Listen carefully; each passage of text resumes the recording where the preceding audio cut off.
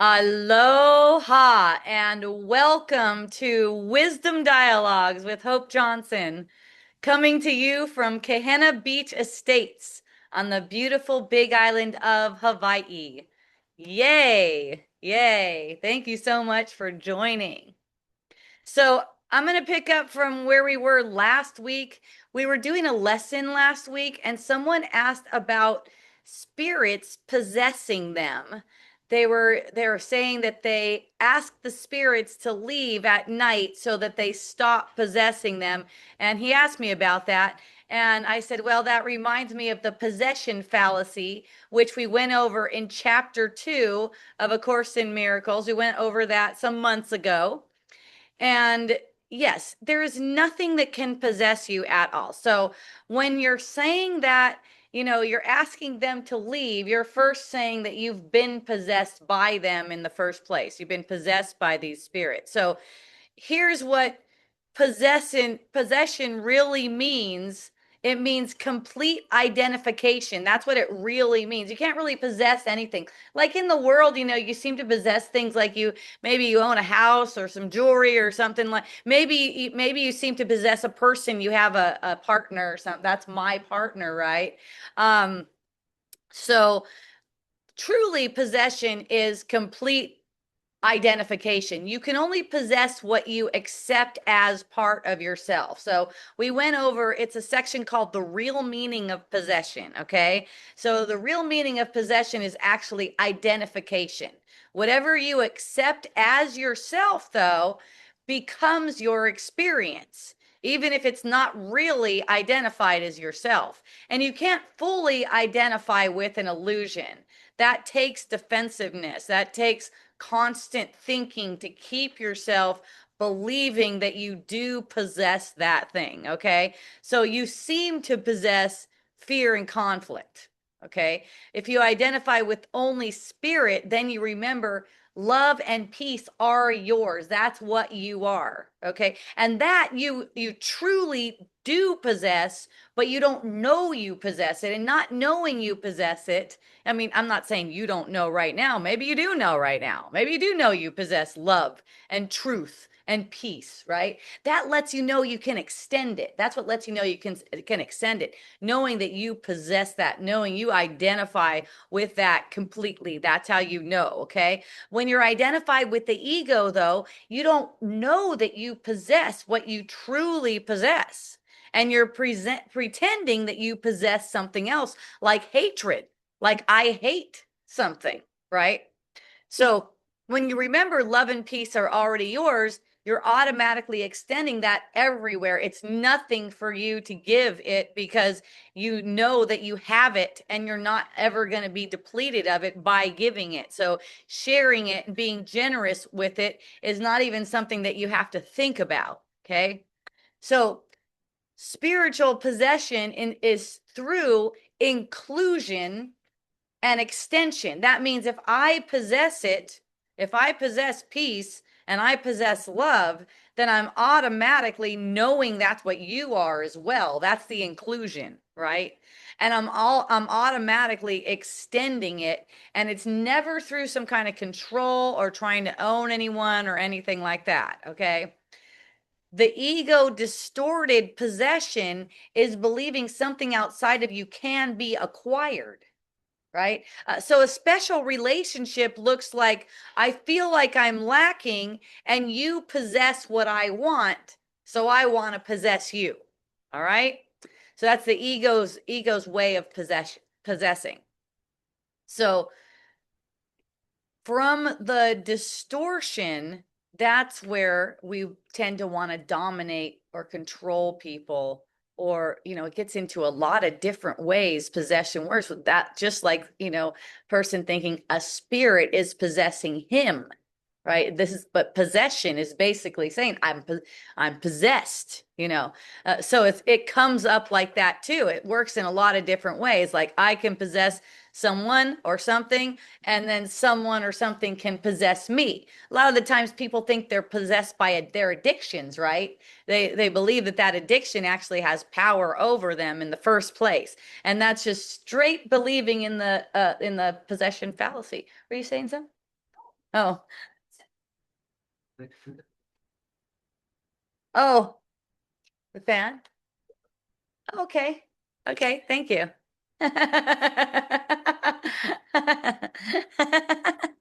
Okay.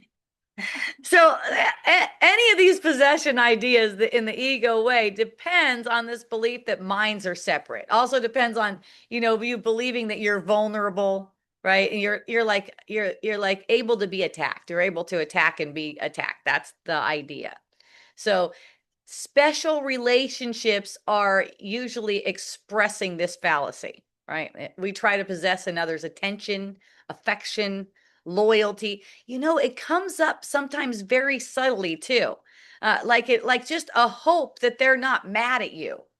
Something like that. Hope that they're still going to be supporting you, loving you, giving you attention, anything like that. These are things that you do not need, because nothing's coming from outside of you. Nothing is coming from outside of you. Whatever you perceive, you're projecting. So that's another way that it's showing that that is the possession fallacy. So you can nip that in the bud by just recognizing that's a false belief.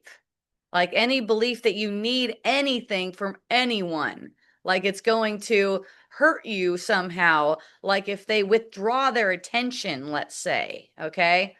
So fear of being possessed also by another person, that's the flip side of that same belief, okay? Fearing losing our freedom, that's one thing our friend was talking about last week with the relationship trauma that he was talking about, right? It was this fear of losing freedom by being in a relationship. See, that's the same kind of thing. It's like flipping it around and you're afraid that you're going to be possessed by someone. That's very common. I usually see it in men. I don't know why that is, but it seems to be a masculine thing that the dudes go through. I don't know. Not all of them. Definitely not all of them. So fear of possession is kind of like another person can gain power over our mind. Like our friend was talking about how he was afraid his best friend was going to be bummed out when she realized he didn't have the romantic attraction to her. Right. So that's like a sense of losing his freedom to just be himself. So the body, identifying with the body makes this possession fallacy seem convincing because bodies appear like they're capable of controlling other bodies, restraining them, even entering them. Like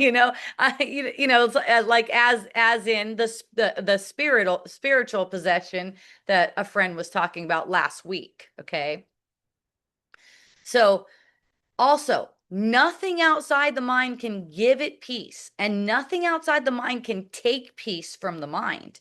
And nothing outside the mind can complete the mind, can corrupt the mind. And this includes substances, you guys. The only reason we seem to see this is because we believe it's true. That's all. Nothing outside the mind can determine the mind's condition, right? I mean, that includes anything, alcohol, anything, any kind of substance. The ego teaches this, okay? The ego teaches that these qualities of the mind can be possessed. That one person, let's look at it like this, like one person can have more beauty, worth, power, more love, more holiness. That's another thing. That's something I shared. I also shared with some friends on Facebook. There was a post about how a woman is holy when she does this stuff. And I'm like, a woman is just holy, right? No matter what she wears, she could be totally naked, or she could be dressed like a whore, or she could be completely covered up and modest, whether anyone likes her, whether anyone gives her attention, no matter what age she is, anything like that. She's just holy. That goes for men too, but we were specifically talking about women in that one. Of course. So spirit teaches the opposite. What's rare, what's real is just shared. Okay. Love recognizes that you have love. This is how you recognize that you have love, when you extend it. That's how you know you have it. You're able to extend it. Okay, that's what love does. That's how, that's like, you could say that's what love is. It's extending. It's like to possess any aspect that's true, peace, love, truth is to extend it. That's what it is. Okay. So what God created, which is all of this love, peace, truth, abundance, you can say, what God created cannot be taken from you because you truly possess it in terms of it's what you are. You can't lose it. It is what you are. That's what God created. So in that case, you don't have to guard anything. You never have to defend anything. You don't have to capture anyone. When you find yourself asking for some spirit to leave you, you could take that one step further that will actually undo this idea that you could ever be possessed by any spirit and just recognize you're fucking making it up right now. You're pretending like you're possessed. So then you can do something to get unpossessed. Really, that's what it is. That's really seeing it truly. It sounds simple, maybe, but that's what it is. I'm making this up as if I'm possessed right now. I cannot be possessed. My mind is pure. My mind is holy. It's never changing from what God created. Thank you. Thank you. That's so great. I love all your drinks. I asked for drinks for a donation. This guy freaking provides. I'm never without drinks. That's coconut water. Thank you. Rory's. It's from Rory. Nice. I love it. Thank you. All right. So you don't possess anything by receiving anything from other people, okay? Like, hey, Kai just brought me some coconut water, apparently. I do not possess this coconut water, okay? I receive it. I love it. I'm grateful. Thank you, Ekahi. I only possess the gifts of the Spirit, though. Everything that arises in the field is, you could say, a given for awakening the mind. It's the means for undoing the thought of separation, right? And it's not saying that it's bad to express gratitude to someone for giving you something in the dream. It's totally fine. Okay, we talked about that last week. Truly gratitude is grateful that they are as God created them, that we are all as God created us. That's the true gratitude that gets extended, and that comes from what you truly possess. So the correction isn't to get better at possessing, which is what's often thought. That's what the manifestation ideas are, to get better at possessing things, okay? It's actually to recognize that your true possession is shared identity. It's shared identity in spirit. That's your only true possession. So then you're aware nothing can be taken from you and nothing can be imposed on you at any time, right? So the truth is, no one completes anyone. Look at that. That's a special relationship thing. Okay, believing that someone completes or can complete you. No one has power over another mind. If you seem to lose a connection, you are not depleted in any way. And that's what our friend last week was going through with the relationship drama. It was as if he lost this friendship, it's like, what's gonna happen to me? I'm already old in his mind. Okay, he's close to 60 apparently. And what's going to happen now if I lose this relationship? Well, now what's going to happen to me, right? That's part of this same fallacy. So what you really possess, you possess with everyone, okay? And whatever can be taken away, that just really wasn't part of your identity.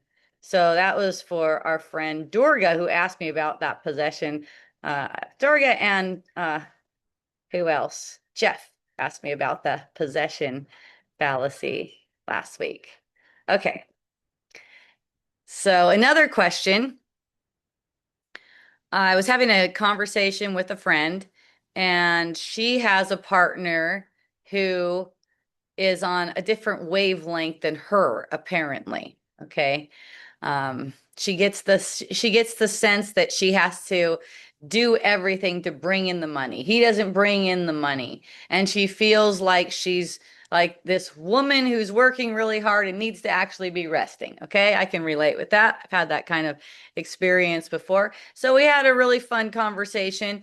And, I was sharing with her that he is not the one taking away your freedom. You're agreeing to these things over and over again. There was a story, but we have a lease or something, and the lease isn't up until whatever. I go, don't believe in that story because it'll be something else. Another story will replace it. Don't be believing in that story. Just be open to how ever the spirit is guiding you. This idea that you need him, for one, this idea that you need a person to survive in the world is something that makes your relationship tumultuous because they can feel that. And they're automatically reacting to that. They may not know that's what's going on. They may not be aware of it, but they can feel it and they'll automatically be reacting to it, saying stuff that goes along with that, that's in line with that. Well, you need me to be this way, for instance. Well, it's like, yeah, I mean, technically that's true. We need everyone to be exactly how they are, however they're showing up. It's true. It's just that's used in a way in relationship to be like, you got to stay here with me because this is how it is. You need it. You're not spiritually advanced enough. So you need me to be a dick and you need to stay around me. It gets to be this vibe going on. All right. So we had a conversation. She reached a point where she felt more peaceful. And then a few hours later, she's texting me going, he said one passive aggressive thing to me, and I'm back to, I hate him. Right? I hate him. So, so you know, that's a projection of a thought that's accepted. It's a thought of self-hatred. It's accepted as if it's really true. So that's identifying with the ego and not wanting to look that this is my self-hatred, actually. I'm distracting myself by making it like I hate him. And, this is part of the possession fallacy too, because it's believing that you're possessing him and also being possessed by him, right? So then it makes it as if this hatred thing is possible too. The ego is always hateful. Its entire thought system is based on attacking who we are, attacking what we are. So when she identifies with hatred, it feels like her own hatred. And then that thought is so painful, she wants to run from it. So this is what's missed. We don't see this because it happens really fast. But if you slow it down, you can see it. Okay, this is self-hatred. I don't want to look at it. So I'm making it like I hate him. And then I'm believing that I hate him. And now I'm feeling like I'm trapped by him. And then the ideas come up, well, what do I got to do with it? Right? The hatred then that becomes something that you believe you possess. Like you can be hateful. So remember, possession is identification, really. So it's like you're identifying with it, but you can't identify with hatred completely because it's not truly who you are. It has to be defended. So it has to be, I hate him because he's been whatever he's been doing, right? But you're really, what you're really seeing there is self-hatred that you didn't want to look at. The ego tries to keep you quote unquote protected from your own, it's not really your own, it's the ego's self-hatred by projecting it outward. Okay, you believe the ego's hatred for you is your own because you're identifying with the hatred, and then you don't want to look at it because it's too fearful. And so that's why we end up projecting hatred for different people and things. You'll even hear people just like automatically say, I hate that. I hate things, right? That's self-hatred. So it's like, I hate him because he makes me feel this way. I hate him because of what he does. He's the hateful one. I wouldn't even be hateful if it weren't for him being a dick. Okay. So projection isn't going to remove that self-hatred. It can't remove it. It doesn't leave your mind. It hides the self-hatred and it preserves it. It keeps it going. So facing the self-hatred isn't about believing it or indulging in the self-hatred. A lot of times people turn it around and go, yeah, I deserve to be hated, right? It's not condemning yourself for hating. It's willing to see, it's looking at your mind. It's like, it looks like this. This hatred is in my mind. It comes from identifying with the ego. It doesn't come from the person that I seem to be hating. Okay. The thought hurts because I believe it's actually attacking what I am. It can't really attack what I am, but I believe it's attacking what I am. And it's not even true. I'm not an ego. Okay. I don't have to even defend myself from this thought because it has no reality whatsoever. So this allows this thought to be undone. So you don't have to be hateful. Hateful turns to grateful. Remember, love is the way I walk in gratitude from last week's lesson, right? So it's hateful turns to grateful. I'm grateful that they're showing me that this is what I need. But more than that, I'm grateful that they are still as God created them, right? That's like that's what really brings in the healing, knowing that you are grateful. Yeah, it's just that you don't remember that they're still as God created them. When you're aware that you're there as God created them, you're grateful. You can't even help it. You can say you possess gratitude. Right? And in the temporary sense, you're grateful that you can see. They're helping you to see. And this doesn't mean, I see this in relationships all the time. And even with people who have been on A Course in Miracles for many, many years, where they'll say, "Thank you, honey. You're giving me all these forgiveness opportunities." It's like, no, that's not it. That's actually an attempt to make them feel guilty. It's like an underhanded fucking thing. No, it's as if they're being a pain in the ass or something. It's like it's not the truth. It's not the truth. I can feel these things. Okay. Everything has a tone. Everything has a resonance to it. It's not just the words, if you can sense, okay, what am I making them into? It's as if they're, and then what we're talking about here is that circular forgiveness when you're like, "Thank you, honey. You're giving me all these forgiveness opportunities." What we're talking about is that circular forgiveness where I'm just feeling a little bit better, but I'm not actually using it to collapse time. We want to go deeper than that. We want to be grateful to them that they're still as God created them and they're not what they seem to be to us. None of us are like that. We are not like what we seem to be. This is more like a dream where every character is actually yourself. Every character in the dream is yourself, but that's not their true identity. The character is not their true identity. They're still as God created them. They're not what you made up of them. So the ego wants death to the self that you believe you are. Okay, so this individual self that you made with the ego, that's the self the ego knows. The ego doesn't know you. The ego only knows the self that you made, and the ego wants to kill that self that you made. Because the ego itself is this wish to replace life with a separate identity, with a separate self. Okay, that's what it's made of.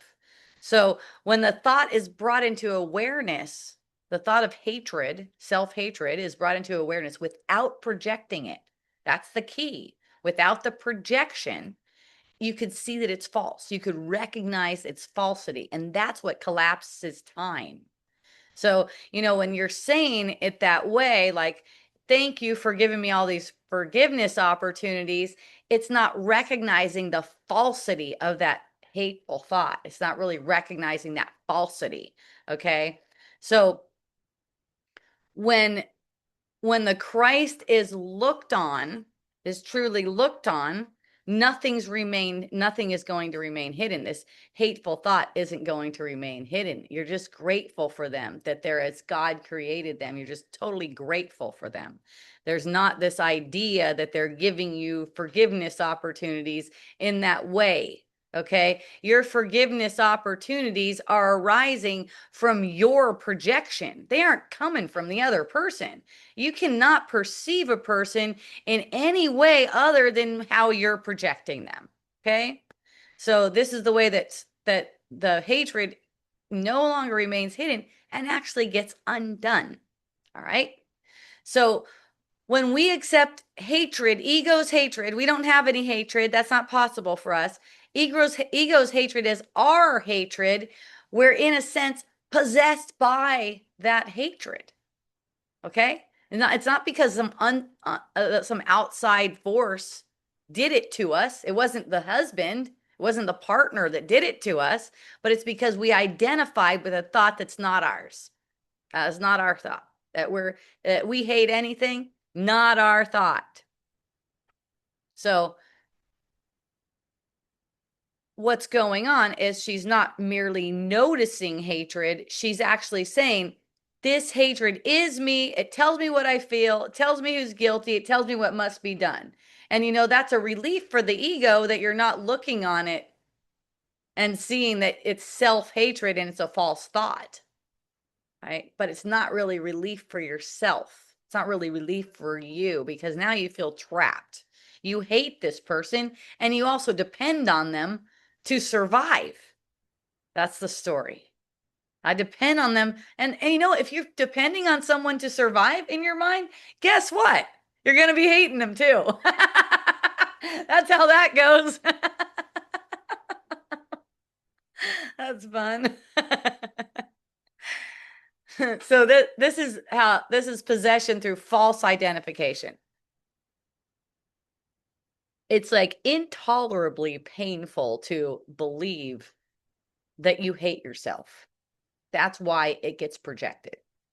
And that's the base thought, that you hate yourself. And that's anytime you hate anything, anytime. I see people talk about how they hate how other people are being, right? You see their whole face will get distorted. Look at hate looking face, right? Oh, that's so cute. That's just a habit. If they're open to it, I might share with them too. That's just a habit. You don't have to do that to yourself. Like, you could have a way better time. Right? You don't have to believe that over and over again, that people are doing it wrong and therefore you're upset about it. I hate it when people do this. I hate it when people say this. Some people just get irked on something people say. So sometimes I'll have a friend, like, I'll say something that I'm like, and they'll like get irked, and I'm like, okay. And I'll just like notice the guilty projection, notice that it doesn't really have anything to do with me, smile, and I notice the energy diffuse. The energy just diffuses. People can't really hang on to that. It's funny how it takes it takes this energy going back and forth. It takes like throwing a ball. Like throwing a ball, and then I got to catch it and be like, oh, did I say something wrong? Or else become defensive about it, become guilty or become defensive, and that's what keeps it going. But if you look at it and go, oh, that's not really about me. That doesn't have anything to do with me. That's just a sense, like there's some hatred, self-hatred coming up, and something that I said triggered that, right? So it's not, the hatred is never in us. Okay, it's never really in us. Let's say it's a hateful thought that we've identified with. Nothing can really enter us like that. We just believe, like a passing crazy thought, that we hate ourselves and then make someone else the cause.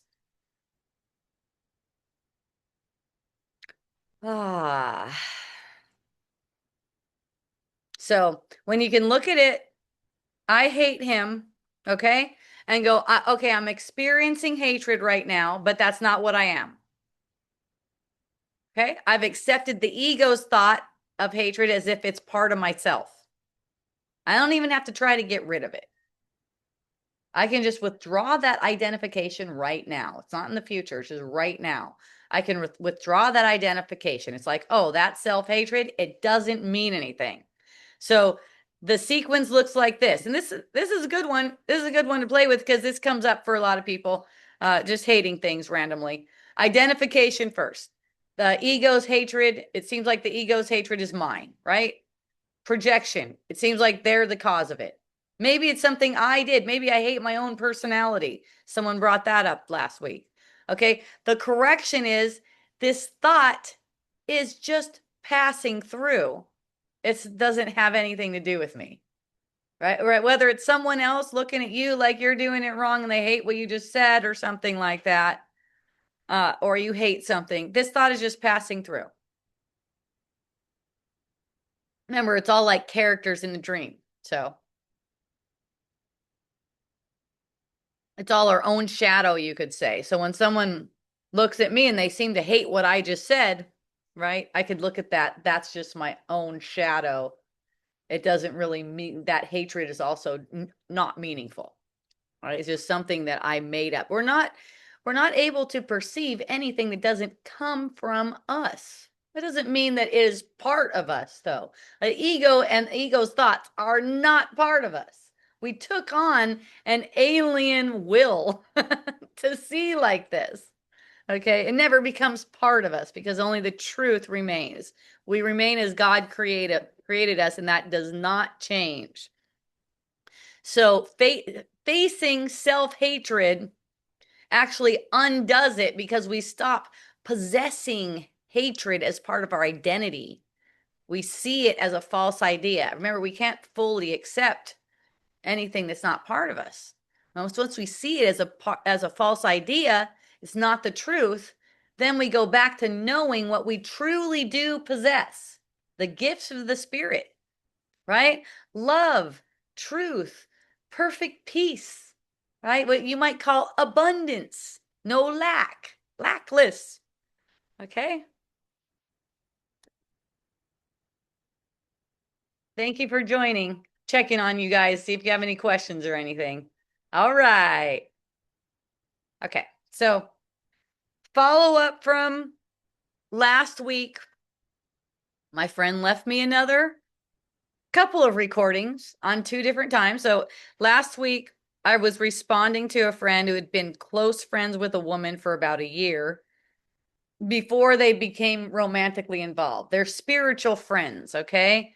They had been a couple for about 6 months, and he really appreciates and values their daily companionship.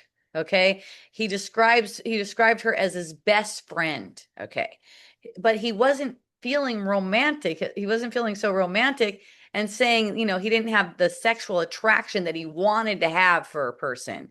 He was coming up with ideas why she's not sexually attractive. It happened to be the weight. It happened to be why she was heavy because she had some kind of mental problem or something like that. He wasn't certain whether they were meant to be together or better as friends, or whether him pulling away because intimacy was activating something in him, like he was being trapped through intimacy. He was just really confused about the whole thing. Okay.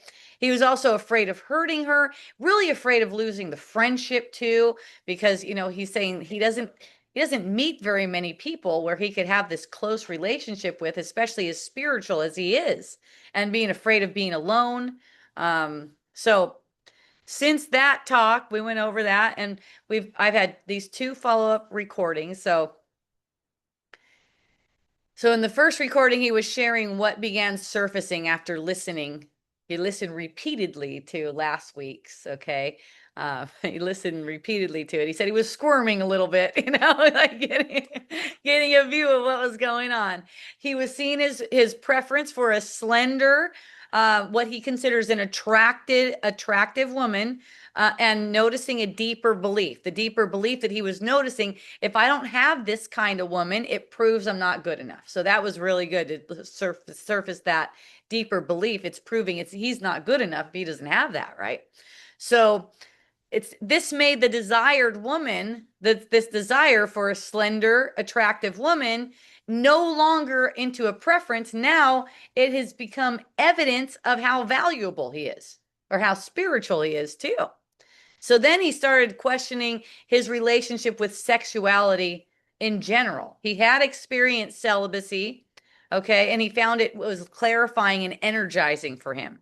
He also wondered whether he'd also been denying a genuine desire for sexual and romantic relationship, So at the same time, he's recognizing that being close with another person activates this fear, almost like he's trapped, like he lost his freedom. Okay. So he's wondering whether remaining in this relationship might allow him to feel and heal discomfort rather than running away from it. So he wasn't sure, like, what am I doing? Yeah, I always talk about listening to the spirit. And a lot of the times, for people, they have trouble just listening to the spirit. So all these questions come up. And, if you're getting all these questions coming up, just be still. That'll be our lesson tomorrow. I will be still an instant and go home. But I'm here to help if here's the thing too.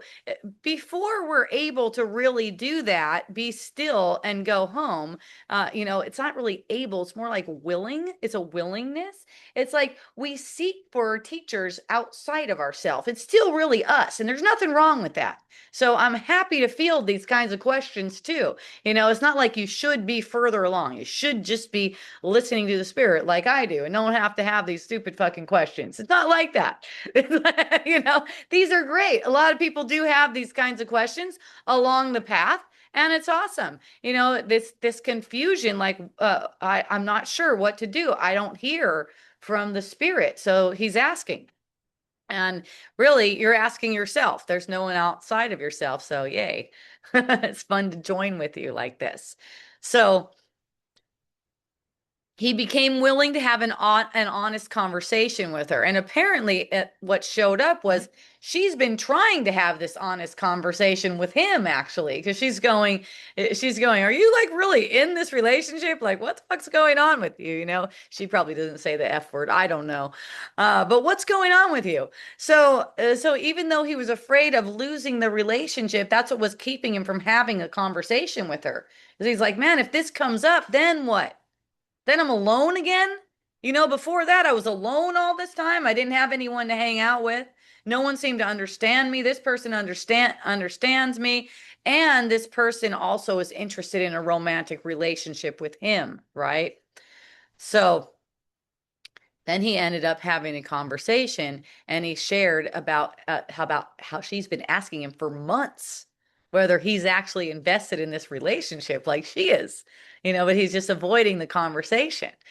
So she could already feel he wasn't fully present. And like I say, they're spiritual friends. So they're both being as honest as they can. They're both looking at it as a way, like, how do we, use this for the spirit's purposes, right? So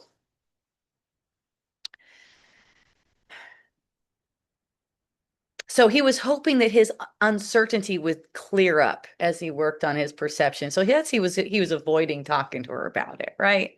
And he wanted to see if he had this trauma, fear of intimacy. Wanted to see how that might play out, right? He was being sincere. Okay. So when she raised the question again, he finally was able to say something. I don't feel the same romantic pull that you feel. Right. So that was able to come up. He acknowledged it. He acknowledged her perception was accurate. He's not feeling that way. He's not feeling the way she feels. He didn't have to discuss her body. Okay. He didn't have to discuss her weight. That was not relevant.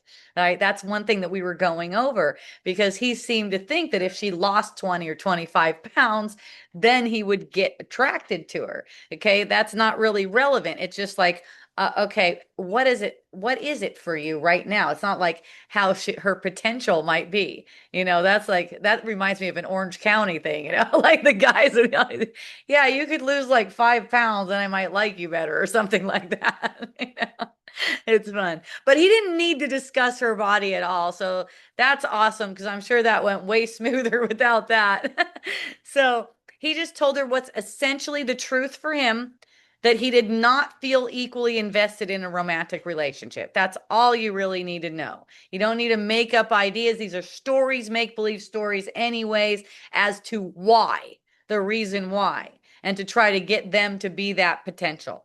Okay. So the romantic partnership ended right there. That's the end of it. Okay. So he hopes that they can nurture a friendship, but he's giving her the space because, he understands according to what she is available for, because she's the one with the romantic attraction to him, right? She's the one having the romantic attraction to him. And he's like, okay, I am not, he's still available for the friendship, but he's being really sweet to her. Okay. So initially he felt relief after that conversation ended. But then what happens? The guilt and the doubt appear again. Here they come back again. And, I've seen this in my own experience where the person was like, I'm not attracted to you like that. Okay, great. We have the ending of that. And then he comes back again. Oh, actually, I realize that I actually am attracted to you like that. And then that happens like 5 or 6 times. We'll see. Don't do that, but I'm not, you can't help it if you do. So he's asking, did I quit because the relationship was difficult? That's one of the questions. Should I have stayed longer? Right? Did I abandon the lesson? Like, was there a lesson there for me that I abandoned that lesson? So he began comparing himself to other people that he knows. Like they're getting relationships. One of his friends told him, I got it together. And finally I have like now this proves it. I have a partner now. I got it together. And this is what proves it. Right. That I got it together. So, and then the idea that he's nearly 60 years old and he has not succeeded in a long-term relationship yet. Okay. That's the idea. So although that romantic relationship ended, he got some release, the lesson continues. Okay. So there's new material arising right now. Fear of being alone, guilt about hurting her, regret, comparison, fear of aging without a partner. Okay. And then believing that relationship history proves whether you're succeeding or failing in life or in spirituality. So, okay, one, preference is not a problem. Okay, so back to his first message, wanting a partner that we find physically appealing, physically attractive, that is not inherently shallow or spiritually incorrect. That's not a problem. Okay, the problem is the power assigned to that. Okay, if this kind of person I want chooses me, then I'm worthy. That's the power that we assign to that desire. Okay. The desire isn't a problem. Okay. If I don't get that relationship, then it proves that I'm not good enough. Or if I don't make myself prefer a different kind of body, that makes me less spiritual. Okay. So now the desire is not simply, oh, I would enjoy this. See, it's like the power went out. Okay. Oh, the power went out. I wonder if I'm still online. What fun. If you can see me, congratulations. I don't know how that's happening. So, wanting a partner that we find attractive, that's not the problem. Okay. It's like as if the desired partner isn't simply like something we would enjoy. Oh, I would enjoy this. I would enjoy it like this. That's not an issue. Okay. Uh, it's like an apparent body, what you consider beautiful. The fans are still going. Okay, it's just that one then. Okay, something went on with that. Thank you. Okay. Uh, it's like it's being asked to repair our own self-concept. That's where it becomes a problem. Okay. So the correction is not I should not want what I want. It's not that. It's what I want doesn't determine what I am. And this wanting, it's only temporary. It's only a temporary thing. You can play with it, you can enjoy it. There's nothing wrong. You guys still with me? Okay. I think you are. Thank you. All right. Number 2. We don't need to swing from obsession into denial. So at first the thought might be, I need this kind of person. I need this kind of person. Then it swings the opposite direction. This desire is only an obsession. So this is what I'm seeing, how I'm seeing his mind swinging. And maybe I shouldn't want this. because it's only an obsession. Okay. But defending a desire or condemning is a desire, basically the same thing. You're not going to be free from it. You want to be free from the desire. Let the desire just play. So your freedom is able to be expressed no matter what desire is present. Okay. We don't need to worship desire. We don't need to suppress desire either. So we can recognize, I would enjoy this, but it can't complete me. There's nothing, it can't give me my identity. It can't make me, it can't make me into a better person. You just notice what you would enjoy. So the preference can just remain. So celibacy and sexuality, that's another point that came up. Celibacy and sexuality. Celibacy is great.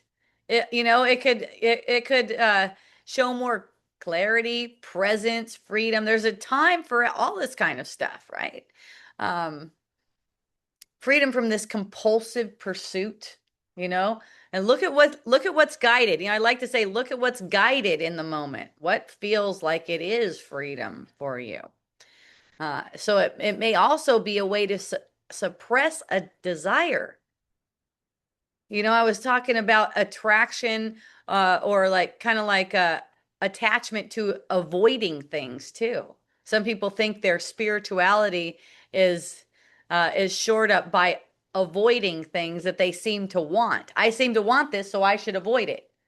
Kind of like what Jack LaLanne said, if it tastes good, spit it out. If I seem to want it, I should avoid it. That makes me a better person.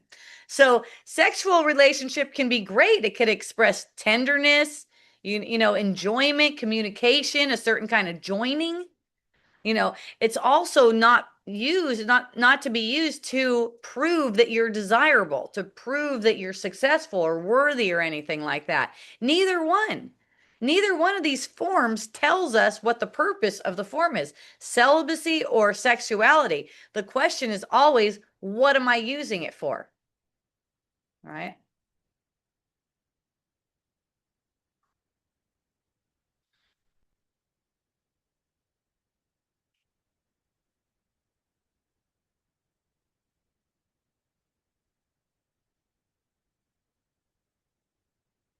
So relief, like the relief after the conversation, doesn't automatically mean that you've escaped a lesson. It does not automatically mean that relief. You're allowed to feel relief. Okay. The interpretation was you dropped a difficult course. He related it to a college course. You escaped the work. You're still going to have to do the work. You escaped the work. You should have stayed longer. Okay, this is the ego saying stuff. There's one thing that I heard a long time ago, was actually from Abraham Hicks. It was probably like 25 years ago. And the saying was, when you make a decision, make it right. That means you don't go back and fucking question it. Right? The decision was that to say that I'm not romantically attracted to you the way you're attracted to me, and that ended the connection the way it was. And then the ego's coming in and saying, you screwed up. You said that too soon. You just dropped a difficult course. You could have been, maybe you escaped something.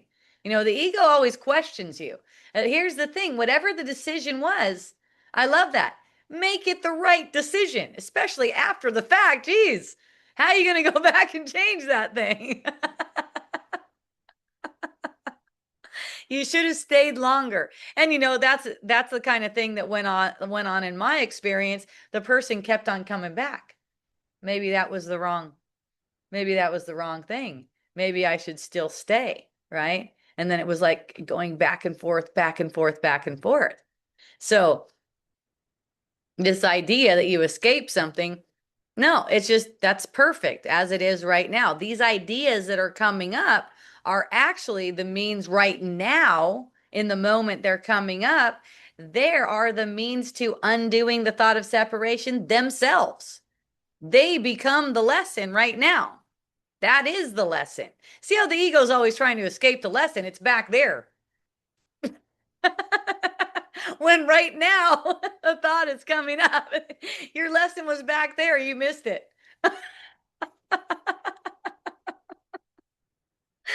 Okay. So the useful question is, what was I relieved of? Was I relieved to escape intimacy? Well, the intimacy was right now. Or was I really relieved to stop pretending that this uncertainty was some kind of commitment? Right? That is the intimacy. When you have a real conversation where you're going, this is how I actually feel, that's intimacy. You are doing intimacy. That's it. Even if it's ending that with the way that connection is, that's intimacy. It's not necessarily where you're agreeing that you're romantically attracted to a person. That doesn't make it intimacy. You're lying to them and you're lying to yourself. That's actually not intimacy. It's actually intimacy when you're telling her that you're not feeling that romantic attraction. That's a moment of intimacy because you're actually being honest. Okay. So the relief doesn't prove that you're guilty. Your relief does not prove that you're guilty. So also this idea, I failed at relationship because I didn't have a long relationship. It doesn't matter how long they are. All right. So this idea, I failed. Other people have figured out how to keep these things going. I haven't. Okay. I'm running out of time. You're not running out of time. Time is just going to keep on going on, giving you means for undoing. One lifetime is nothing. It's nothing. I will end up alone. That's a meaningless thought. Okay. One lifetime is really, it's nothing. You're never alone. There's only one of us and we're all together all the time. The idea I should have tried harder. Tried harder at what? Lying to yourself? All right. What do you want to try harder at? So the lesson was not confined to the romantic form. That's not the truth. That's not what it is. Okay? The classroom is your mind. You don't need any particular form. It's coming up right now with these thoughts. You didn't quit the course. All right? So he was afraid ending the partnership meant abandoning this opportunity to heal intimacy. Right? But then the lesson continued: guilt, comparison, regret, loneliness, fear. The course didn't disappear, it changed form. The form is always changing, the course remains. You're on your course all the time.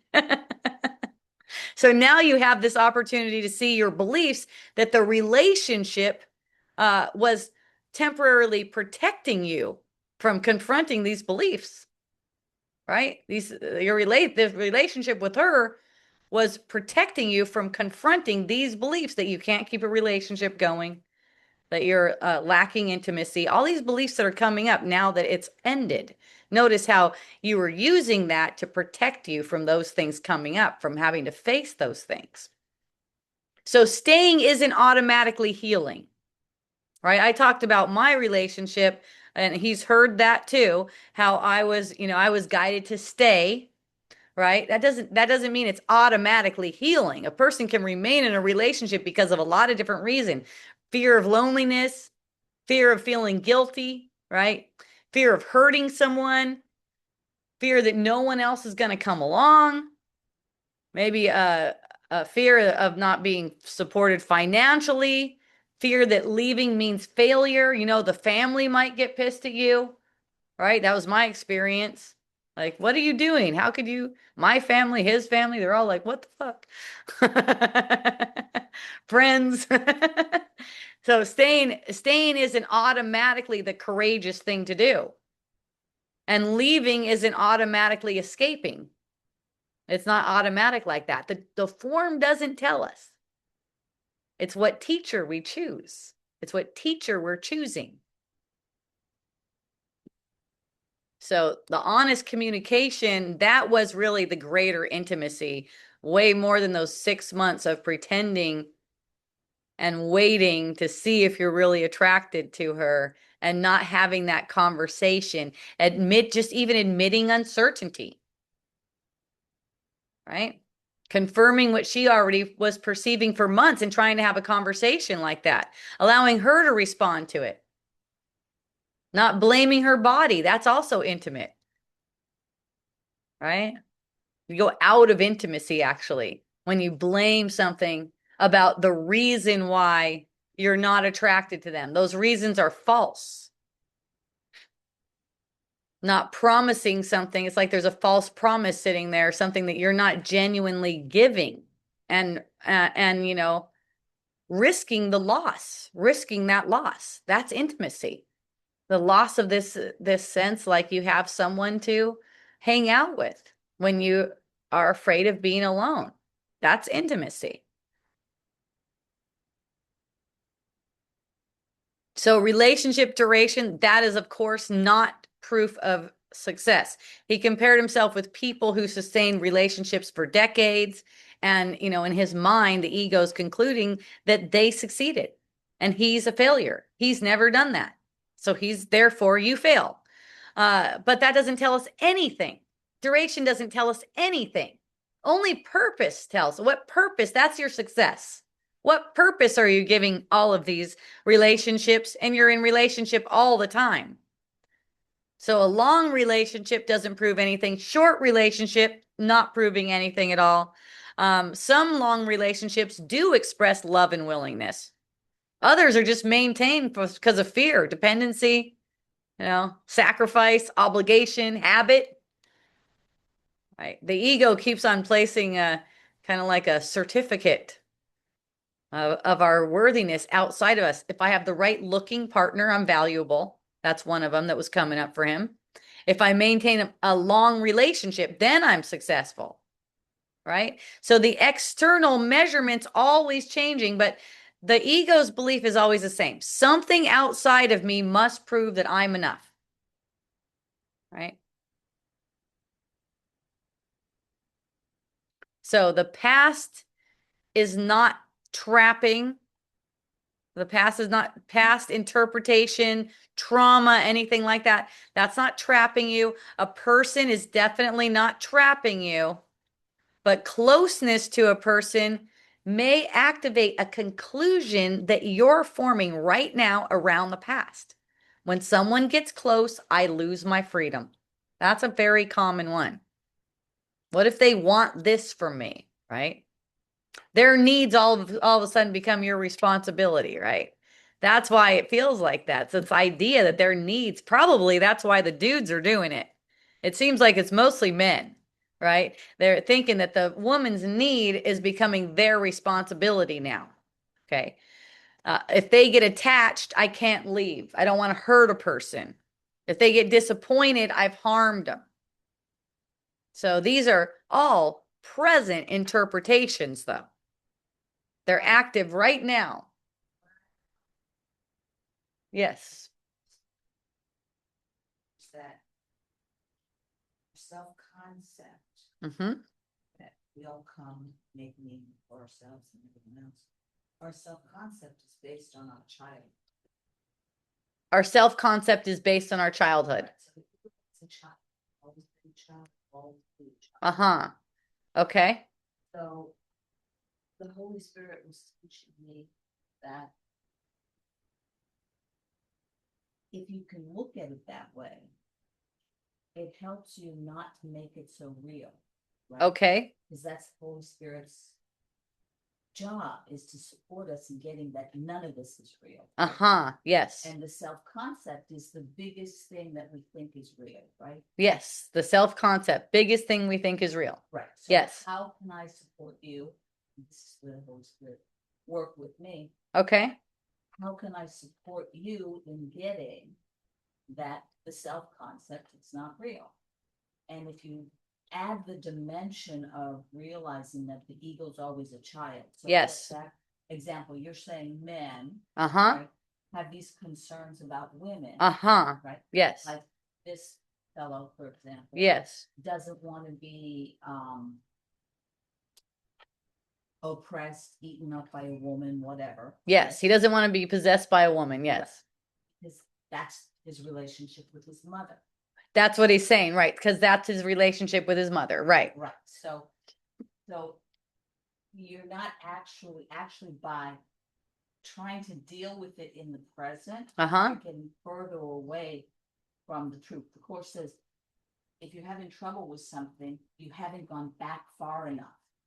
Okay. So what this shows me is maybe you haven't gone over the psychological part in chapter 2 that Jesus was on, specifically with, I believe it was Freud. It was one of those philosophers that actually made up modern psychology. So it was a psychological section, and it's only in the complete annotated edition. It actually comes from Helen's notes. And he was saying that what Christ was saying there is that that's how modern psychology is built up, as if this started in your childhood, as if it could have started in your childhood. And what Christ was saying in that section was that it starts with the thought of separation, and it's only now. So yes, the ego is like a child. Yes, it seems like it started in childhood. But what he's saying is you only go back to now. What the problem is actually outside of time. He said is not no no not located in time at all. Specifically said that. But this isn't in the original Course in Miracles that you may have been studying, because this is in the complete annotated edition that came from Helen's notes, and it was left out of the original edition, where he's going into the whole foundation of modern psychology, where everyone's going back to the child that got harmed in their childhood. And that's exactly what he's been doing too, is trying to go back to that trauma. What Christ has been showing us in that section is go back to the thought of separation, which is actually outside of time, and it's operating right now. So he's saying not to take it back to that in time thing, but to look at it now and recognize that the fearful thought is actually active now. It may have also been active in childhood, but going back to that will not undo it. Now, the way I've seen the ego's voice play with myself, like talking about childhood and stuff like that, was where I was real weepy. It was inside of a Vipassana meditation where I became real weepy, right? And the voice was obviously a child voice. It was my voice as a child, right? This is before I even read chapter 2 like that. I only got a hold of this maybe like 2.5 years ago or something. But the child voice was going, Mommy, how could you do that to me? And it seemed like it came from my childhood, right? It seemed like that something like came from my childhood that needed to be undone in my childhood. But immediately I recognized that child voice. I was like, that's the ego. So it brought it to now. And when it brought it to now, that's where it just went poof. And then there was no more issue in my relationship with my mom. The relationship with my mom was like instantly healed. I didn't have to go back and do any kind of work as on an inner child or anything like that. I just recognize that what's saying I'm hurt right now, that's the ego. That's not me. So I didn't identify with it. And that's why when I went over chapter 2 and it was the section on psychology, I go, oh my goodness, no wonder. That's why everyone is working on it for years and years and years, because it's as if we got to go back in time. But what Christ is saying is time is an illusion. It's all happening now because it's coming from the thought of separation that's situated outside of time. I actually did a deep dive on this, because I'm on chapter 3 right now with deep diving. This is chapter 2. And, so if you go and if you want to listen to those recordings, or go back to chapter 2 and check out in the complete annotated edition where he talks about that. For some reason, it was left out of the original, the blue one. But then if you get the new one, they took Helen's notes and just kept what was already published, but included a bunch more. So there's a bunch more words. There's actually a lot of words about sex that Jesus was sharing with Helen and Bill as well. So it's really interesting to look at that. I think that what the Holy Spirit was saying to me was that it's not about going back and undoing your childhood. Uh-huh. It's about seeing how the ego made itself, right? How the ego made itself. Okay. So it's not got nothing to do with the Freud and the psychology. Uh-huh. Uh-huh. Okay. It's just that it helps you to see how unreal the situation is now. Right. Because, so for example, you're supporting this fellow, right? Right. Doing what he's doing, but it's still making that ego and the interactions with ego real, right?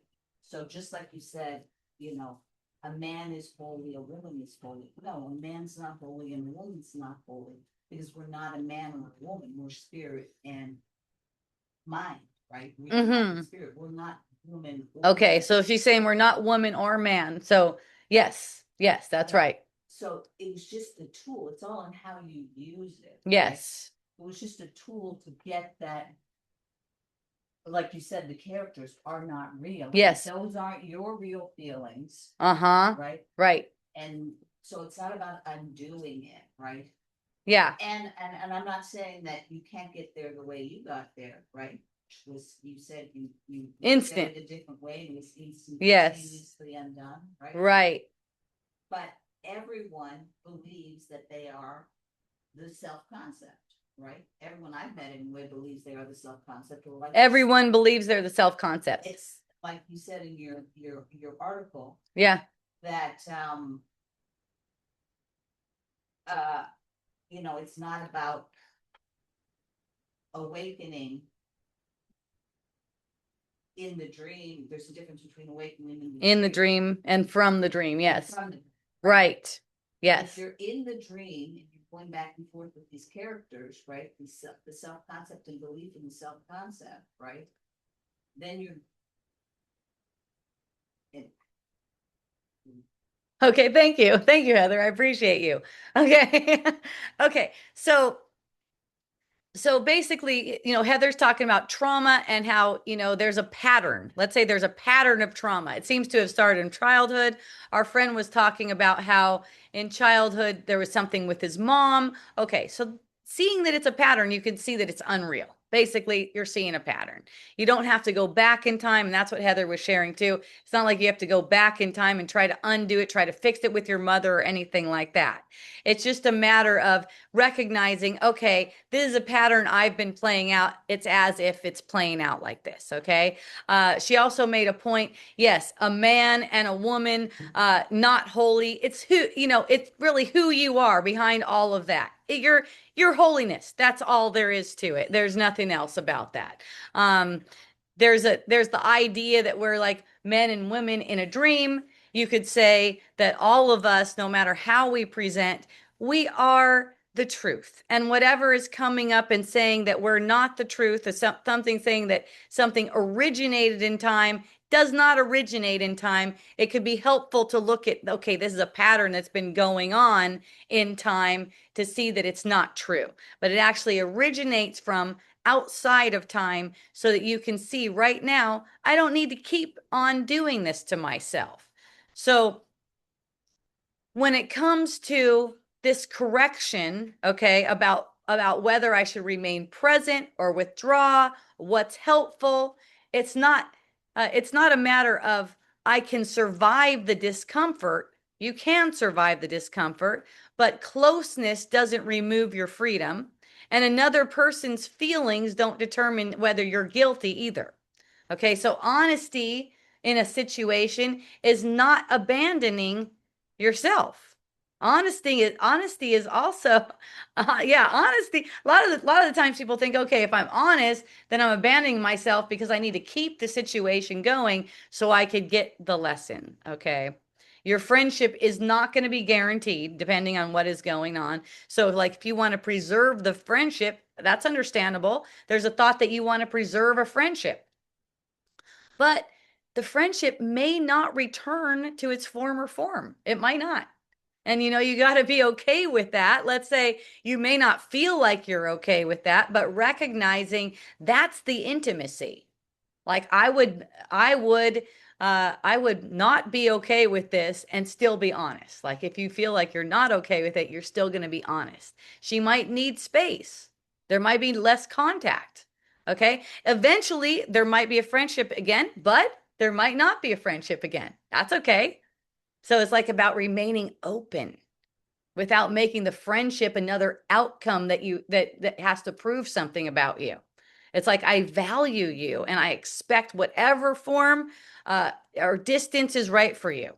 Okay, whatever it is, I value you even if you're not going to be in my experience. All right. And her being sad, that's not going to establish any guilt. Okay, she might be hurt. A person might be hurt when you go, I I'm not attracted to you. I like to tell people that right away. Like I was dating in Washington and I had a guy tell me, "Oh my God, I'm like, I am not feeling that at all right now. I like hanging out with you, like we could have a meal together or something like that, but I am not feeling like that at all." And he just completely ended it right there. Okay. That's sometimes the way it goes, but being honest is the intimacy. So she might be hurt, she might be grieving. Um, but she also has a mindfulness practice, which is what he shared, and he knows that she's going to be okay, whether she does or not. You still be honest. So her disappointment does not prove that you're on it. Being honest was an attack. Okay, that's not proof that you're honesty if she's feeling disappointed. So both people can remain innocent. Both of us can always remain innocent. So pain without perceiving, okay, without perceiving that someone has sinned, like letting pain be there without this perception, someone committed something, some sin. Pain arises sometimes in these relationships. It's okay. So also, never being alone doesn't mean you're never lonely. And he's getting to see that too. He's beginning to see that recognizing separation is impossible. Okay. You can't lose what you really are. That is beautiful. You cannot lose what you are. So the truth is, it's not a way of, we don't use each other as a way of denying loneliness, keeping loneliness away from each other. We could feel like we miss each other's companionship. We might grieve it. Okay, we might feel grief over it, but we don't need to be afraid.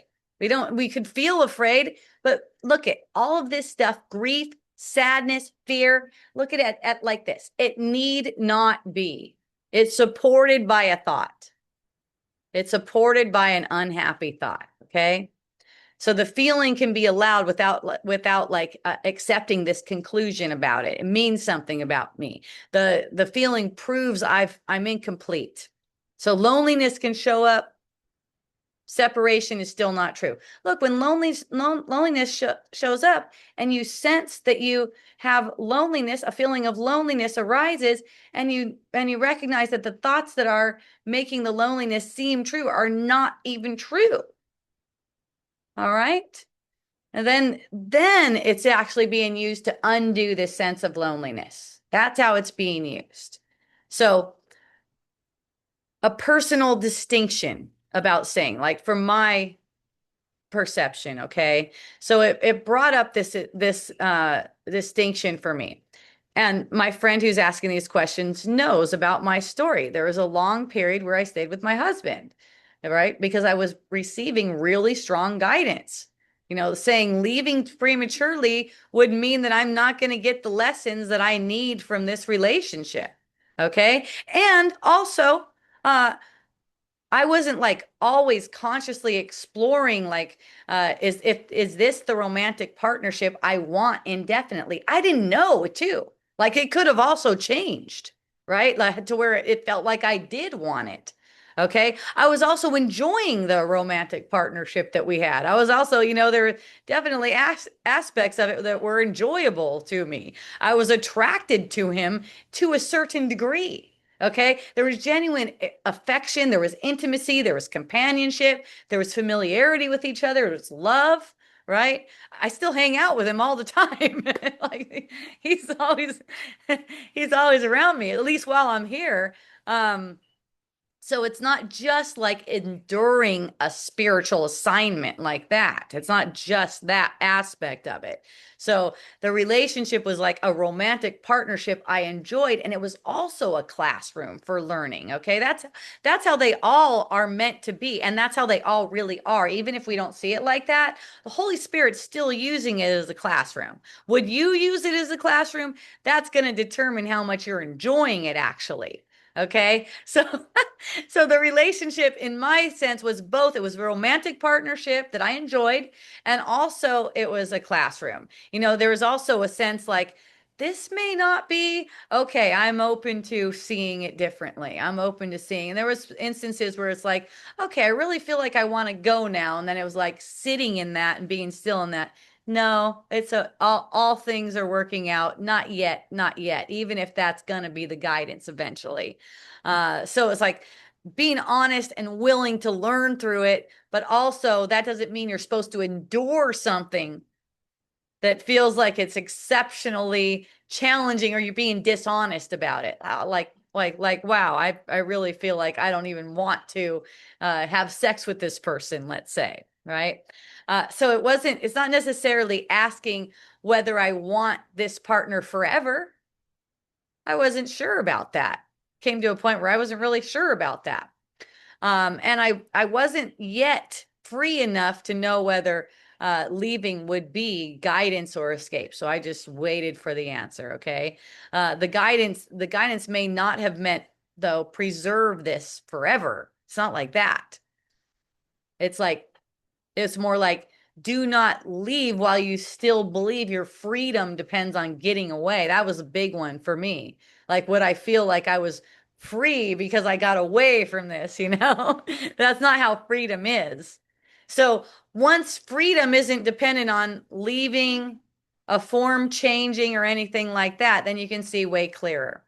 So, enjoying a relationship in the present moment also doesn't obligate us to keep on preserving the relationship forever either. And then later having another form doesn't mean the earlier enjoyment was false. Him and I still enjoy each other very much. Yeah. So things that we went over, we don't need to eliminate attraction. Okay, we don't need to believe that attraction will prove our worth, so we can eliminate that. We don't need that. Um, don't need to eliminate sexual desire. That's fine. Purify sexual desire. That's different. Like what is it for? What am I using it for? Releasing the belief that sexual fulfillment will complete us. That's huge. Okay. You don't need to remain in a relationship to prove that you've healed intimacy. No need to do that.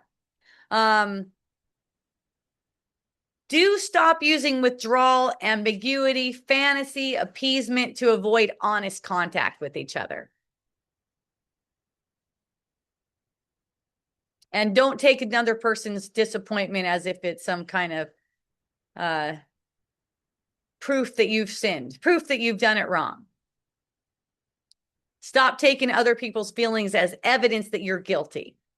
Let other people just have their feelings. They're fine with their feelings. Someone was asking me, what is it? What is compassion? And I said, well, you could feel with another person, like you can experience the experience without justifying it. Probably the way they may be justifying. If you're not justifying it, it's gone in an instant. If you're not justifying the feeling, it's gone. So it's not just feeling the feeling, let's recognizing. And that's why, I noticed that when people come to me with an upset feeling, oftentimes they'll be laughing with me very quickly, right? Because I don't push them away. I don't tell them they shouldn't be feeling that or anything like that. I feel it with them. and I recognize that that the underlying thought, what they're using to keep the feeling, has no justification. And then whatever the Holy Spirit wants to speak can speak, because I'm not trying to push. I'm not trying to make them something, right? It's like it's not like I would give this form a purpose, like I don't want this right now. I'm going to push it away, right? So being willing to embrace whatever it is that's coming up and be present for it, not trying to run from it. The running is really internal. There's a pushing that goes on. It's like pushing away. Okay? So it's like am I staying because I'm afraid? Am I leaving because I'm guided? You can ask those kinds of questions. Am I really just staying here because I'm afraid? That was one of the questions I would ask in my own relationship. Am I really just afraid that I won't have enough money? Is that the reason why? I had to ask those questions to the Holy Spirit and really feel like, what is the answer? And am I really being guided to leave right now and then just wait for the answer? Well, I will be still an instant and go home. And this is really how we hear from the Holy Spirit, is being really still and seeing. So am I leaving because I believe escaping will save me from something too? Because that was a habit of mine that I noticed before I met my husband. I would just leave. I would just leave, leave, leave. In fact, I would break up with him a bunch of times the first year, until I got guidance. Okay, just chill out, quit leaving. And then I ended up staying 30 years. So we don't heal by automatically just obeying whatever the desire is, the fleeting desire is in the moment. Okay. We heal by releasing these meanings we've attached to why we're attracted, sexuality, these closeness, success, staying, leaving, all that kind of stuff. And sometimes the most intimate thing we can do is tell the truth and let the form, like one thing my mom used to say is, let the chips fall where they may. Tell the truth and let the form be whatever the form is. See, a lot of the times we get into these ego strategies and not tell the truth so we can try to maintain a form that we think supports us in some kind of way, right? So, yes, and thank you, Heather, for what you brought up, because I love looking at patterning too. I love seeing patterns. Um, and yes, to clarify, it's not like we can go back, and this is what Heather was talking about too. It's not like we can go back and fix something from our past because it's arising right now. It's that when we recognize a pattern, okay, this is going on again and again and again, then we can see, oh, it's not been true all along. It's not been true all along, right? But this isn't saying that it began in childhood. It did not begin in childhood. It began with the thought of separation. And this one lifetime where it seems to have begun in childhood shows you that it's a pattern playing out. So back to what modern psychology is trying to do is get into, undoing from that point. And that's why it hasn't been successful. It really has not been successful. That's why people are suffering and just going to counseling for a long time and not really seeing past that I'm making this up right now. That's what it really comes down to. I'm making this up right now. The thought that anything happened in childhood is actually projected from my mind right now. And that makes it seem really real, but we can look at it and go, it has no reality whatsoever, right? So undoing has to do with seeing that I'm holding it up right now. I'm holding a pattern in play right now, and I don't want it anymore. And that's what it was for me. It was like, I don't want this anymore. Right? It's like, how could you, this victimhood that was repeating in all these different aspects of my life seemed to begin with in that moment when it showed me, how could you do that to me? And it was like a little kid voice, Mommy. Oh, so sad. Oh my God. It was almost like it was the evidence of why I was crying all day.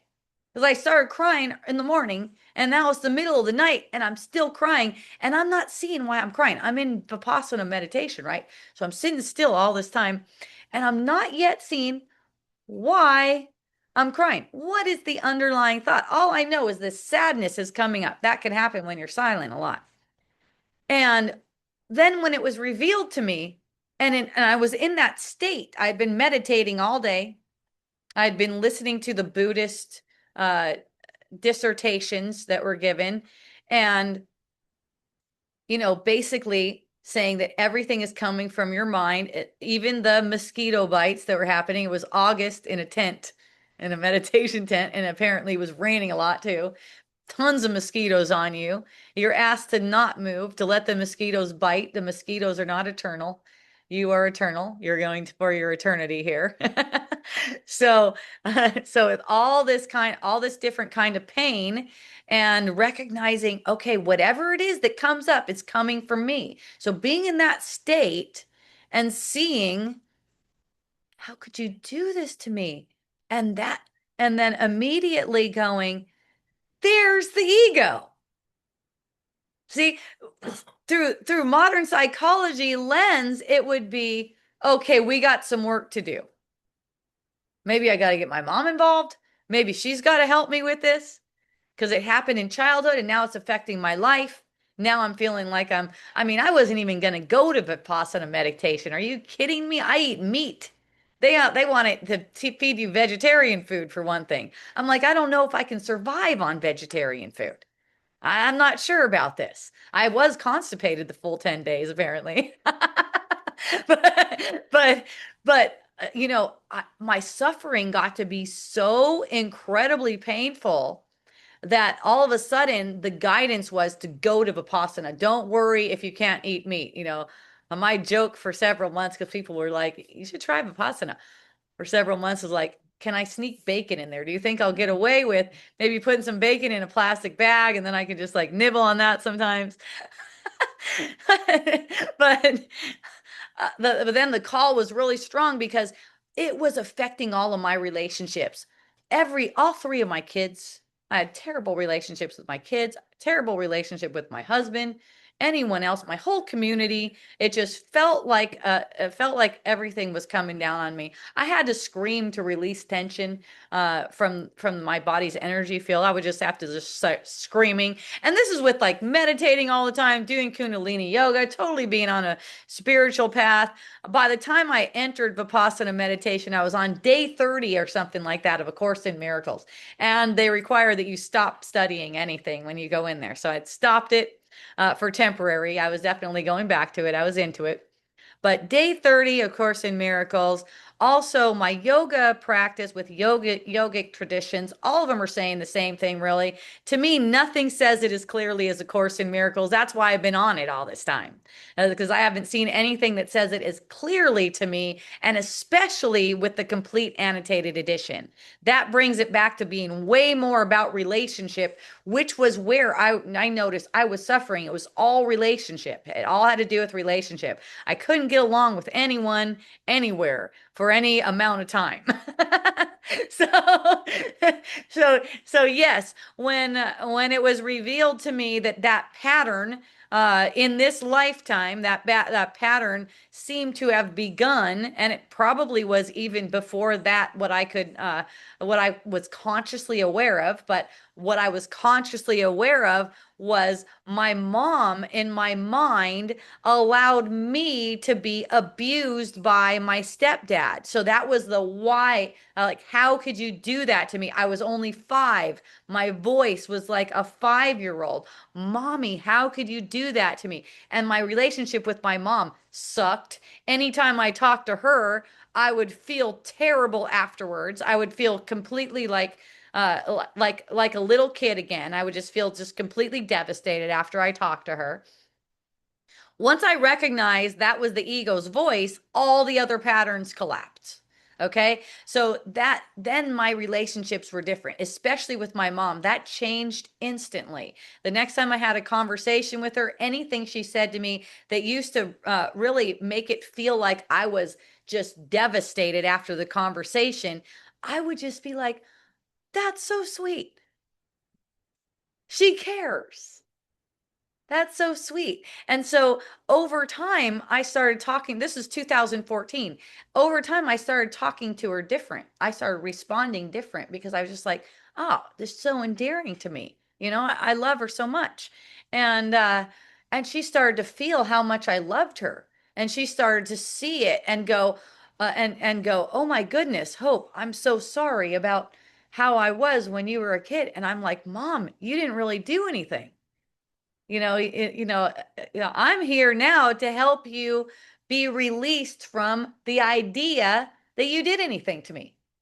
Right. And before I had been projecting that and holding that so much. And she's like, and my mom, related to me, she's like, I have actually not seen anyone be as Christ-like as you ever. And she's been in a spiritual cult, the Children of God. Actually, they started out as the Children of God. They have a shitload of names since then. I think they're called the Family International now. But around a lot of people. And she said, I have actually not met a person that is actually living the teachings of Christ as much as that. And I go, well, Mom, the thing that I saw is we're all Christ. And so all I did was see that the voice that's telling me that I've been attacked or somehow belittled or abused or something like that is not really true. It didn't really happen. So what I thought happened to me didn't really happen. Okay. In the sense that, and I've had people ask me too. They go, well, would you tell that to someone that's telling you that they're hurting because something happened? And I was like, not necessarily. I'm going to be listening to the Holy Spirit. It's not about trying to get someone to see like that thing didn't happen when they seem to be suffering over a thing happening. It's like compassion isn't like that. It's not like trying to force a person into it. It's not like trying to teach them to see it like that in that way. It's actually seeing it for them like that. It's actually seeing that it's coming from you. Now, in a relative sense, it happened in a relative sense until you see until the willingness is there and you see, and then you can say, oh my gosh, it didn't even really happen. I shared with my stepdad, even it didn't even really happen. That was just fear arising. It was a manifestation of fear arising. But yes, if a child is coming up to me and they're saying, this person is abusing me, I'm not saying this isn't happening, right? It's not like that. It's like we still do believe that we are in the world. That's why we perceive bodies, right? So it's like, yes, it's like knowing for yourself, doing it for them, doing the forgiveness for them is basically recognizing that it's coming from them and it could also be healed. It's not necessarily trying to push that teaching on them, though. The Holy Spirit never pushes a teaching on someone. It's way more gentle than that. Okay. So it might look like you're just hugging and taking care of someone, and it might look like you're finding them a different place to live if they're a child. Who knows what it might look like, right? And it's the Holy Spirit who does all of the teaching. Like we may present as a teacher, I do these shows and probably present as a teacher for a lot of people. But the Holy Spirit is actually the one doing all of the teaching. And what we do is we relax and let the Holy Spirit lead the way of the teaching and let that and let that just progress in whatever way it does. So we find our joy and our place of peace and happiness, and then let the teaching be the teaching as it unfolds. And like, the one about let the chips fall where they may, I've seen a lot of times where, maybe someone doesn't resonate with a part of what seems to be my teaching, and then they fall away. They might fall away for a little while. I've had friends tell me that, I just I had to take space because what you were saying, one thing that's coming to mind right now, what you were saying, that sickness is a defense against the truth. And I was really attached to my headaches. I had to like go away from you so that I could stay with, I have these headaches and this is what I do. I have these headaches. One friend told me yesterday, she goes, you know why I just can't take it. I really like you as a person, but I cannot take it being in any of your talks because you always say you like that. And I go, okay. And she goes, well, what do you think about that? And and and I go, well, apparently, if you want to understand what I'm saying and come to some of my talks, you're gonna have to drop that. I'm like, I'm not saying you have to. I'm just saying, like, if you want to, you can. And then she says, well, I'm really well trained. And I know that's not the way to do it. I know the way you're doing it is not the way to do it. I know that's not the right way to do it. And I go, okay. And yet, that's the way I seem to be doing it. So if you want it, you got to be willing to drop that idea that I'm doing it wrong. Right. And I go, there I am saying you again. And so my friend said, well, you know what? I trust you because you are the happiest. She hangs out with me a bunch, most well adjusted person I've ever met. I trust you and I'm going to consider that. So and she said, "Yeah, you say you to me all the time, but we're like when we're in conversation, we're face to face. I don't take it like that. It's when you're up on stage and when you're doing your talks, then I take it like that." And I go, "Oh yeah, there it is, because it's conditioning. It's the conditioning that says it should be like this, and if it isn't like this, it's not right, and I shouldn't do it." And she said, yeah, and a lot of people like it. They appreciate what you're doing. I go, yeah, I think they like it that I say you like that, because then they realize, oh, that's a gift she's given to me. They're like, yeah, I'll take it. Thank you. It just really depends, on like how do you want to take it? Right. So that's why that's where like the confidence comes in too, where people might tell me, oh, you should say it like this, and you should say it like this, and you should say it like this. But the relaxation in knowing that is guided by the spirit, and I really can't say it wrong, even though there could be perceptions that I'm saying it wrong. And, in my perception, I'll get I'll pick up on energies too. I pick up on energies. I'm very feeling, okay? So when people are projecting, they're in my talk, even if you guys are watching and I don't even see you or anything, and you're projecting like that, I feel that it's actually coming from me. I feel that and I deal with that. Is it comes up as if questioning. Am I doing it wrong? Am I saying it wrong? And what I've been shown over the years is that's the ego. You don't need to question it. Let things be as they are. And the ego might say, well, what if you lose all the people that listen to you and they all go away? Then I'll be doing something else apparently, like really. Like I don't need to be doing this. That's another thing that's been shown to me. You don't need to be doing anything. There's nothing that you need to be doing. What's like that's the ego story. Like, what if that all goes and it's like gone, right? It's like, what if it all just goes away, right? Um, Right? Or I didn't hear it. yeah. Sometimes the Holy Spirit would say, use we. Uh-huh. It's very specific. Uh-huh. We. Yes. You. Use you. Yeah. Yeah. Yeah. Okay. Thank you. Yeah. Heather was just saying that, the Holy Spirit would help her write articles, or let's say write them for her, write articles for her. And the Holy Spirit be specific about use this word or use this word. You know, I've seen that too. I've been doing it over many years, since 2009. I've seen that too. And at this point, I don't even notice. I don't even notice. It's just like, it is what it is. Oh, did I say you? I didn't mean it like that. right? It's like it's like it's just like allowing it to be guided and making it like, okay, however it's taken. And does that mean I don't does that mean I have anything to protect? No, I got nothing to protect. And a voice might say, well, now you're actually supported 100% by donations. Shouldn't you? No, it's still the same, because it doesn't matter what the form takes. It's like, are we willing to listen to the Holy Spirit? Okay.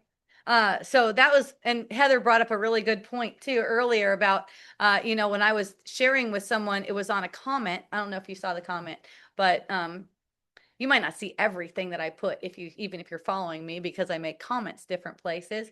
Uh, but the Holy Spirit always sees it. Yes. One of my friends was posting, a friend on Facebook was posting about uh, the holiness of a woman. And, she posted a picture of herself, and it was like barely dressed, barely wearing anything, and my first reaction when I saw it was like, oh, it's like, it just looked kind of like, I don't know. But anyways, it was about the article was about how a woman is holy when she's wearing something, when she's showing actually a woman's body is holy. That's what it was. A woman's body is holy, right? So the woman's body is holy, and so it should be shown, right? And so I looked at that and I go, oh, and then, of course, it's like that reaction that comes from me, where I'm just kind of like, there's a little bit of a cringe. I'm like, okay, that is not really me. So I'm past that already. Right. But I'm also picking up on what a common reaction may be. I'm also picking up on what a common reaction to that may be. Okay. And then I noticed another comment from another woman that said, well, wouldn't she be equally as holy if she chooses to be modest and cover herself all the way up to her neck, down to her feet? Right. And it's like, yeah, I saw that and I was like, yeah, of course. So in that instance, the way it comes out, the way it comes across is not to correct the person and say, oh no, the body isn't holy, right? Because immediately I'm like, no, the body is not holy. Right? I mean, that's the true teaching. The body is not holy. And like Heather shared too, the woman, the man, that's not really what's holy, because that's not really spirit. But let's say it's all representing, it's all a representation.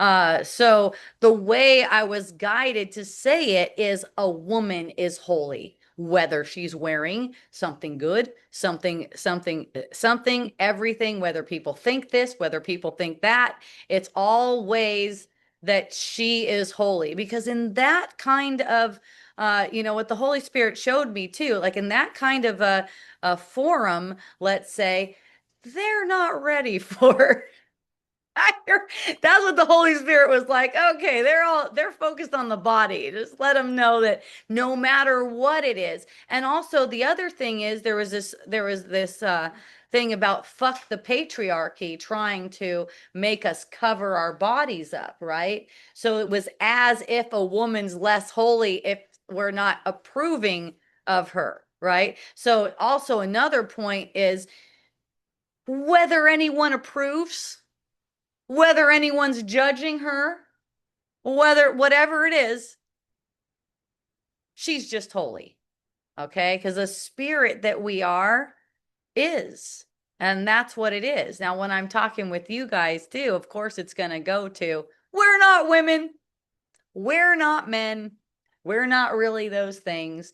We seem to manifest in those ways. Also, when we're working with this let's say, seeming duality. I like to say the course is not non-dual and it's not dualistic. It's not either one. It's like we are dealing with this seeming duality, and we talk about how we seem to be here, and we do believe we're here. That's why we seem to have a body in a dream.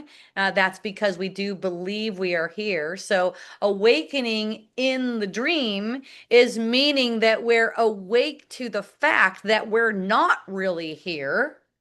but we're also dealing with an aspect of our mind that believes very strongly that we are here. Otherwise, we wouldn't be able to manifest this. Okay, I wouldn't be able to manifest a body with limitations. Let's say I could still manifest the body, but it wouldn't have any limitations. It would not have limitations. It would be like, okay, oh, I need some money for that. There it is in my hand right there. I don't have to go to the bathroom. I don't need to do anything like that. I don't need to eat. I could for fun, let's say. But as long as we're experiencing limitations, these are limitations that we made for ourselves, right? So there's this idea that we should try to be beyond it. That's the ego's idea that we should try to be beyond it in form. We are beyond it in reality. We totally are beyond it in reality. However, in form, like for instance, I seem to need to get up from this position eventually, right? My knees will start to hurt after a little while. I'll need to get up out of this position. I'll need to go to the bathroom, apparently. I could last here for a while, maybe longer than most people, but eventually I will probably have to go to the bathroom. I will probably need to get something to eat, something like that. So that tells you that, seeing that there seem to be limitations to what you can do. Okay. I seem to get stinky and need a shower, for instance, at points. Usually I like to do that a couple times a day. Um, when there's no limitations, you're not getting dirty, you're not getting stinky. None of this stuff needs to occur. Okay. So as long as there's limitations like that, you can be aware, you can be awake in the dream, meaning you're aware that you're not really here. And you can use the dream to undo the dream, the thought of separation that makes the dream. Okay. And being aware like that means you're in the happy dream. It's completely satisfying. Someone asked me a question and I knew this guy was going to pop up. He's such a fun guy. He's a friend of mine on Facebook and he's also on the Course in Miracles group. And he's such a fun dude. He could usually be found arguing with people about, that he's beyond this illusion. And they're saying, no, you're not. You're still posting on Facebook for one, you know? And so he pops up and he asked me, well, when are you going to accept your reality? And I was like, well, that's really not up to me. I mean, it's like you could say, I accept the reality. That's the reality beyond this illusion. I accept that that's true. And then obviously, I could tell by the manifestation that there's still a part of my mind that believes strongly that I'm here. See? And that's how it is for all of us. So my job still, even with him, isn't to convince him, right? It's not still not to convince him. He asked me a question and then I answered the question from my perspective. It's like, I'm apparently here. I seem to be here. The time when I accept reality completely for myself, that's not up to me, actually. That's under the command of the Holy Spirit. And God takes the final step. But this dream, this happy dream, can be completely satisfying as it is a happy dream, just as it is, and it can go on for as long as it needs to go on because there's awareness that it's inevitable that I'm going to be released from dreaming entirely. It's inevitable. There's nothing for me to do about it. I don't have to try to hurry it along. I'm not like that. I'm not in this idea that I need to escape. So being in this idea that I need to escape actually leads to an ego conclusion that you have already escaped. And it's a premature undoing. It's like it's already been undone for you. It has not already been undone as long as you're dreaming that there's a body here. Whether you dream that you are the body or you're in the body, doesn't matter. You're dreaming that there's a body here and the body seems to have apparent needs. As long as that's going on, okay, there's undoing to be done. And you're not undoing anything by trying to convince other people that you're already beyond the dream. That's not helping to undo the dream. And don't get me wrong, everything is helpful that you say or do because it's all teaching. It's all teaching. That doesn't mean it's undoing. That's a different kind of helpful. Undoing is a different kind of helpful than teaching you to get back to the undoing. All right. It's all helpful, but you're really you're learning through these arguments that you're having on Facebook with people. You're actually learning to get back to the undoing, which is actually helpful. All right. And instead of trying to convince them that you're beyond the dream, right? But you're beyond dreaming. So it's really sweet because I'll post things like I posted one that was that basically none of us are really here. No one's really here. Okay. None of us are really here. And, and then, I got a little pushback and stuff like that. One woman, I actually told her, I'm like, hey, I'm going to have to block you if you're going to continue like that. And I think she calmed down. I didn't block her and she calmed down. But people got all up in arms because they're like, you're saying that we're not really here and stuff like that, And I'm talking about, an aspect of it that, yeah, we're not really here. And this idea that we're bored. This is we're bored, and that's why we came here, right? It's like, no, we're not. We weren't bored in creation. We didn't come here out of boring. We're not really here, is what I'm saying. We're not really here. It's not that we were bored. It's that we allowed a thought in, and the whole thing is just something that needs to be undone, right? So that definitely it got a lot of attention with a lot of people enjoying it too. But it's like a few people would like want to. That's what they do, and for them, it's loving. The woman would seemed to be shocked when I told her I was going to have to block her if she was going to continue making arguments about things I didn't even say. Right? I was like, I love you and I respect you, and I'm going to block you. Right? So there was like a major, almost like shock the way she came back. She was like, well, if you're scared and this and that, and just like totally, just like argument like that. And I just let her know, no, disagreement is fine. It's just where you're coming and making things that I said and then arguing them with, that's not what my comments are for, right? I'm like, I wish you well. And I haven't heard from her yet, back again, but it's possible that she could have gone, oh, that's not what this is for. It's actually for joining. I made several comments back to her where I was, alluding to that. Like, my hope is that we can see in this way together, And my hope is that we don't get stuck on the words being used and we could see in this way together, right? But you never know how things are going to go. Like, how much willingness does a person have, Uh, so so one of my friends is really sweet to me. I see him arguing a lot. And he'll come on my post and say, I am living in reality now. And I'll just put a heart on that, And I had a feeling when I did this post, he was going to be commenting. Of course, the first comment within 2 minutes, first comment is like, when are you going to actually accept reality then? And it was really fun. I was so appreciative of that question in that context because then I can share. It's like, that's not up to me. As it's like that is something that the Holy Spirit is in command of time. So it's not like I'm somehow behind because I'm still perceiving a body that needs things.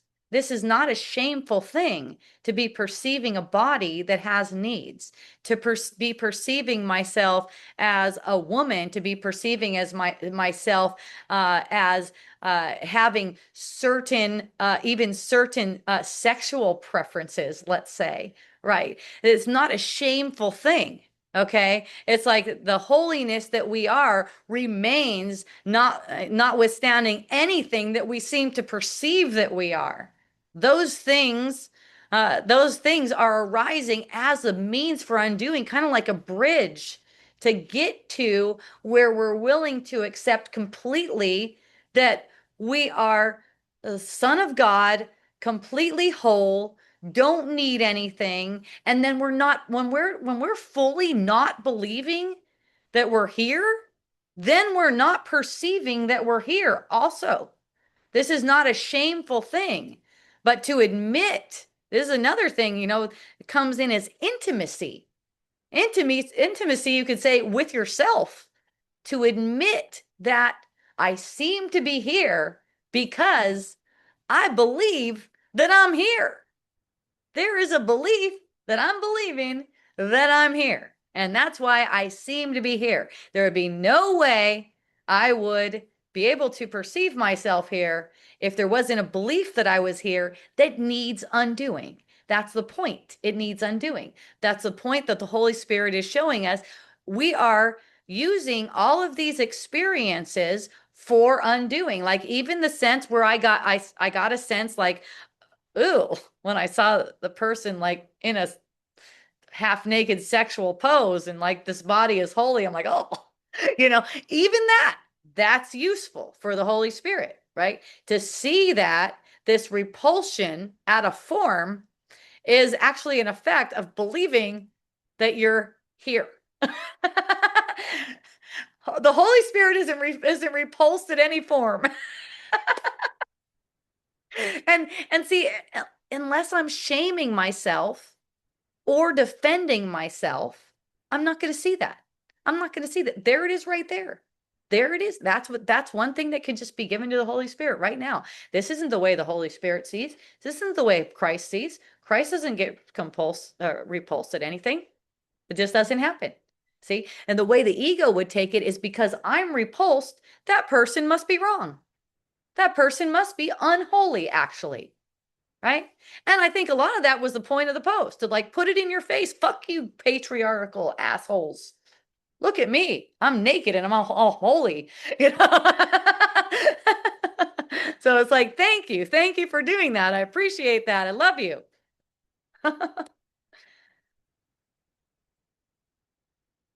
All right. Okay, you guys. Thank you. Thank you for joining. I'll be back tomorrow. 1 p.m. I've got a fun lesson. It's a review lesson. I'm not sure exactly how I'm going to do it yet. We shall see. I will be working with the Holy Spirit tonight and probably tomorrow at some point. We are reviewing an earlier lesson. I will be still an instant and go home. That is coming from lesson 202. I'm not sure what the number of the earlier lesson is, but the review is 202. And I believe that goes along with, let me just double check that. I'm not a body, I'm free. I'm still as God created me. That's part of the review too. So tomorrow, 1 p.m. Hawaii time. Wednesday, 3 p.m. Hawaii time. It'll be a deep dive into A Course in Miracles.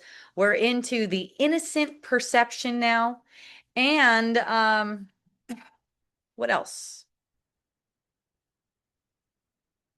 Oh, I want to let you guys know because it's getting closer now.